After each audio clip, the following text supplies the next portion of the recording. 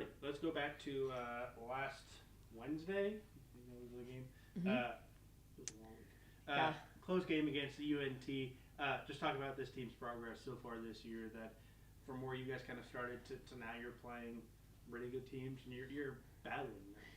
For sure. I told the team after the game I really felt like we beat ourselves in that game. And then, unfortunately didn't have a call that didn't go our way, and that changes the impact of a game pretty easily. I was laughing because they had video replay and we got it wrong on video replay, but we weren't the only ones. Just watching softball this weekend, and the umpire's still not perfect. People still don't always want to overturn what they see. So just a lot of adversity to learn from it. I think they have good attitude going into this week, and just excited to get back after it. Obviously, we have Texas Tech tomorrow at home, which is an awesome event for everybody here, and then going down and playing our rivals at Tarleton. Excuse me. And then we talked about a little bit.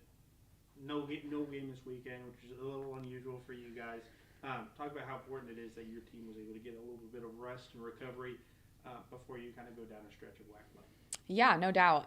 Just told them, our last practice that, you have 5 weeks left. Like, this is it. This determines the rest of your season. So enjoy the couple of days that we had off, and then we got to get back to work, on Monday, and then prep for tomorrow, and then for this weekend. So I think it'll be great. I think they'll refocus and just get ready to get back after it. And playing the number 2 team again this season, what kind of lessons are you hoping your team learned from that first matchup? Or is it kind of, hey, new game, new week, new opponent? Let's treat it that way. Yeah, every day is day one, and we talk about that every single day. Each day is an opportunity to reset and be thankful for the opportunity, and just go get after it. So leaving what's in the past behind and pressing forward to what lies ahead. And so I think they'll be ready to go, and we'll have a great crowd tomorrow. I believe it's sold out, so that's exciting. And then, obviously you're getting to play the number 1, number 2 team in the country, and it'll be up to us, and it'll be a whole team effort, that's for sure. And how's playing top-ranked teams, including the team that you're about to play, helped you guys already get ready for this matchup? Yeah, preparation is, that's how you are going to be successful on the other side. So, like I said earlier, they're not scared of it at this point. It's another game, another chance for them to get better, and that's what we look at it as. And have your first WAC road series this season over at Tarleton. What are you looking for from your team already having a series in the WAC under your belt? Yeah, I think a response, just knowing Tarleton played UTA this weekend, so watching that series, UTA took 2 out of 3 from Tarleton, which, I don't think that was necessarily expected, nothing, but I think that's just the WAC itself, and we've talked about that from the very beginning. It's going to be separated by games themselves, and Cal Bap swept this weekend. That's the first sweep that's happened. Utah Tech beat 2 out of 3 from Southern Utah, so it's going to be tight, and I think it just shows that it's anybody's given day at any given time. So got to show up, got to play the game, got to be there every pitch, every single inning, from the start to the finish. And there's no secret, you get Tarleton rivals. Going to be a hostile environment there, but not something you're not familiar with. Sure. You went on the road to Texas Tech. Yeah. You went on the road to UT. Yeah. You went on the road to Oklahoma. Yeah. How's playing so many road games in venues like that kind of prepared you guys for this moment? Yeah, I think that we are more than prepared, ready. I think it's just knowing, like what I just said, not everything's going to go your way. How do you respond to it? How do we get them prepped with the game plan so they feel confident being able to execute? Like I said, every pitch is important. So I'm excited to see what they do. And yeah, it's going to be great that we get to play at Tarleton. I'm actually excited about it just because they're hosting the conference tournament. So going down the stretch, it's going to be great for us already having the experience to play there, which not everybody will get in the conference this year. And what kind of,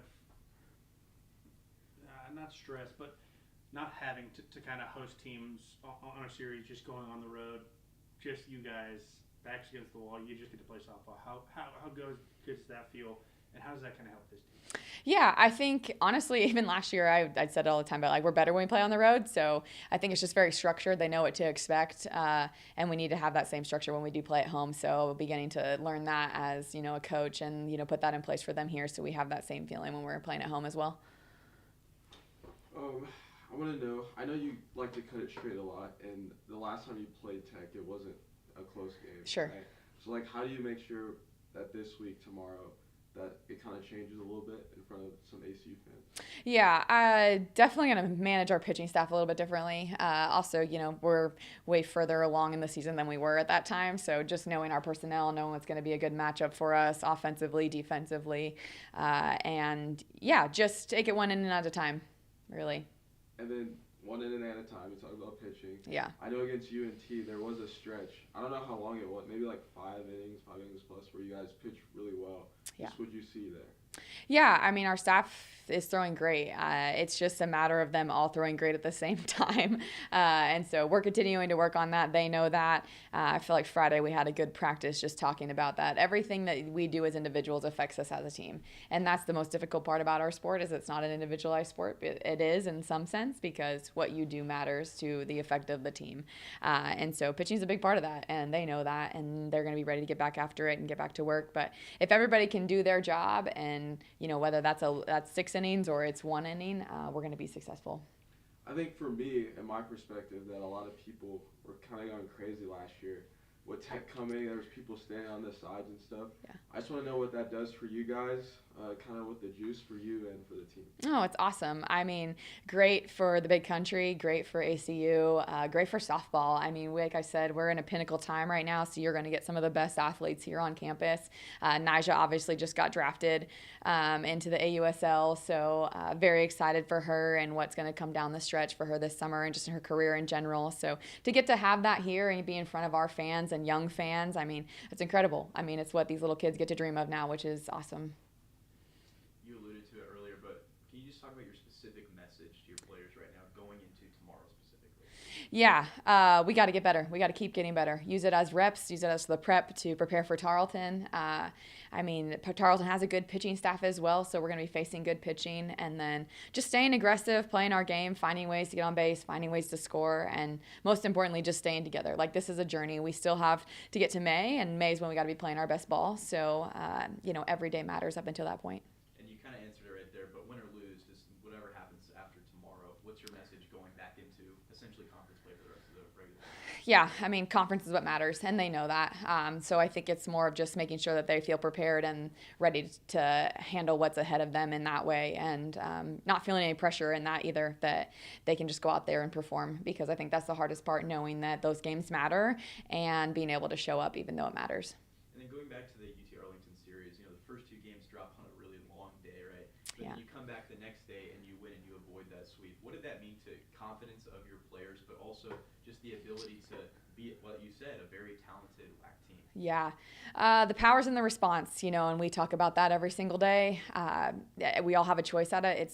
We talked about it in church actually yesterday, and he was talking about responding to failure, and that's just life. And I think when you play sports, you get to have that opportunity a lot more than anybody else. You have a lot of reps at it, and it's just about how good can you get at failing and being able to respond on the other side. And so I think our team has had a lot of practice in that way, and I continue to challenge them in that, and I know that they're going to continue to get better. This is the time of year that people bring out the WAC preseason poll. I think after this weekend, you throw that away. And so, but I'm just curious, getting picked second to last, is that motivation for your players? Is that encouragement to say, this is a very even conference? Is there a way that we can use that as motivation moving forward?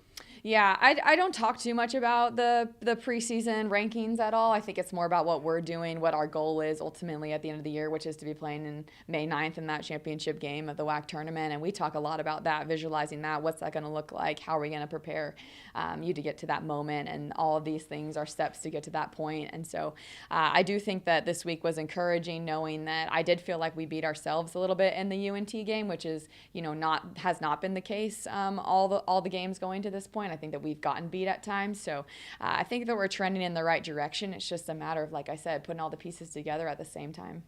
And my last thing is, specifically for tomorrow, is there an individual or two that you really want to step up and to lead, whether it's on the field or in the bullpen or in the dugout, whatever that looks like? Who do you want that individual to be that steps up in a moment where you'd love to have an upset, but a win or even just progress towards motivation and momentum? momentum into Tarleton State? Yeah, I don't think it's any one person. Like I said, I think it's all about us doing our job individually to collectively have the success of the team.